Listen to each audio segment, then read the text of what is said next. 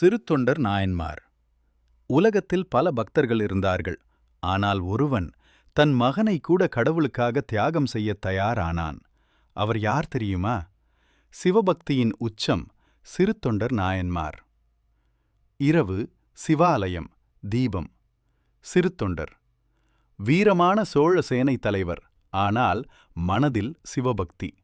அவர் வீட்டில் தினமும் சிவபெருமானின் அடியார்களுக்கு உணவு. மனைவி பக்தியில் இணை. மகன் நல்ல மனசு கொண்ட குழந்தை.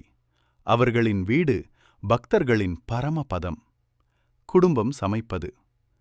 சிறுத்தொண்டர் சொன்னார், அடியார் வந்தால் சிவபெருமான் வபெருமான் வந்தார். அவரின் புகழ் ஊர் முழுக்க பரவியது. பக்தர்கள் வருவது ஒரு நாள். சிவபெருமான் சாமியாராக வந்தார். எனக்கு ஒரு விசேஷ உணவு வேண்டும், ஒரு குழந்தையின் மாமிசம். அதை கேட்டதும் மனைவி கணவர் அதிர்ச்சி. ஆனால் பக்தி வெற்றி பெற்றது. சாமியார் காட்சி மகனிடம் சொன்னார், இது சிவபெருமானுக்காக. மகன் சிரித்து சொன்னான், அப்பா, நான் தயாராக இருக்கேன். இதுதான் உண்மையான பக்தி. குழந்தை ஆசீர்வாதம். உணவு தயார் செய்ததும் சாமியார் மறைந்தார்.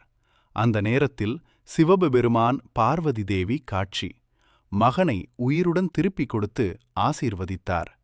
உன் பக்தி உலகில் உயர்ந்தது. சிவபெருமான் தரிசனம். சிறுத்தொண்டர் நமக்கு சொல்லும் பாடம்.